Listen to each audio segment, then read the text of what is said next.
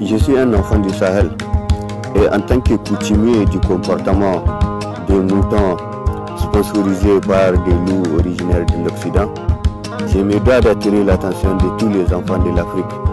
sur les manœuvres des kamikazes sans foi ni loi qui constituent les moutons démocrates de l'Afrique. Surtout sur les moutons kamikazes qui ne cessent de vénérer le néocolonialisme français et européen. Oui, surtout sur les moutons kamikazes qui ont choisi la capitulation face aux caprices de l'économie française et européenne. Sur les moutons kamikazes qui ont choisi la capitulation face à l'improductivité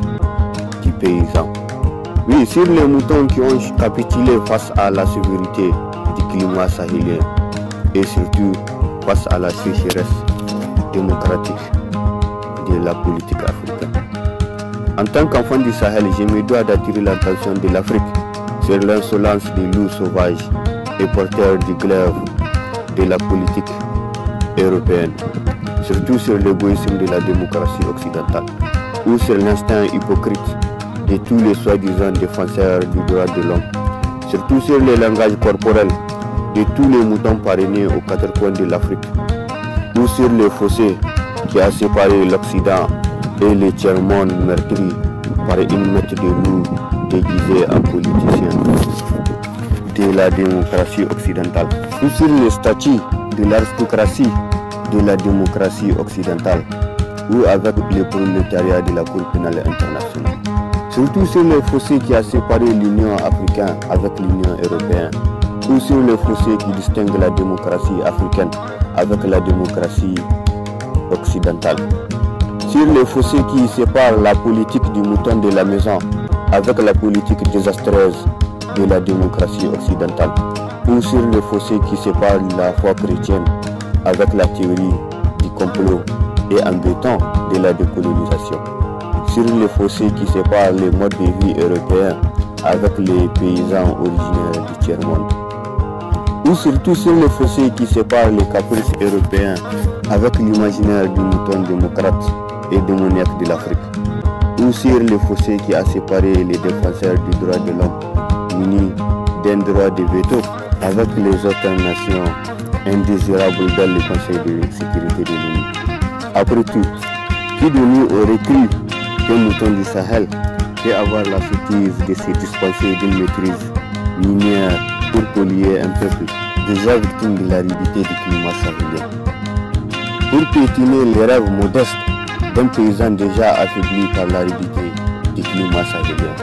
pour piétiner les rêves modestes d'un paysan déjà meurtri par l'irrégularité du prix, aux dépens de toutes les dérives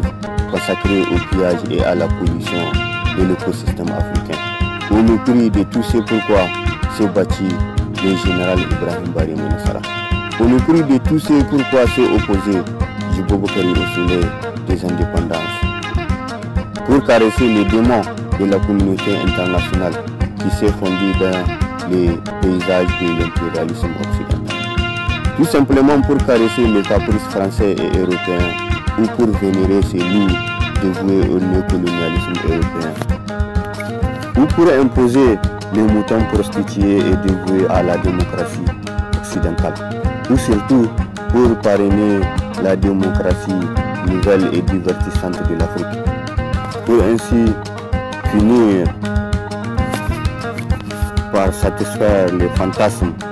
génocidaires de la sorcière sanguinaire qui constitue la communauté internationale.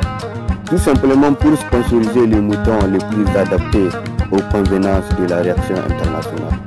Après tout, les droits de l'homme est tout à fait limité au périmètre du Conseil de sécurité de l'ONU, même si c'est un concept qui est tout à fait privilégié au mode de vie de la démocratie occidentale. Une démocratie qui a su trouver le mot juste pour corrompre la démocratie africaine, pour ne pas dire une démocratie qui a su dénicher un espoir de vie au colonialisme, au gémophotisme, à l'impérialisme et au machiavélisme du néocolonialisme occidental. En tant qu'enfant du Sahel, je me dois de déclarer tout haut que les rats de goût du Parlement africain sont de véritables animaux politiques Des animaux politiques destinés à seconder les moutons clôturés dans les palais présidentiels africains. Des rats destinés à s'évanouir de la joie du succès du mouton qui est bien calé sur mon fauteuil présidentiel. Des rats qui jouent au courant d'air quand un projet de loi est préconisé par le mouton qui fait les basses besognes du néocolonialisme français et européen. Au-delà de tous les décrets ministériels insensibles au combat quotidien du modeste paysan qui est au quotidien berné par la politique du ventre du mouton de la maison.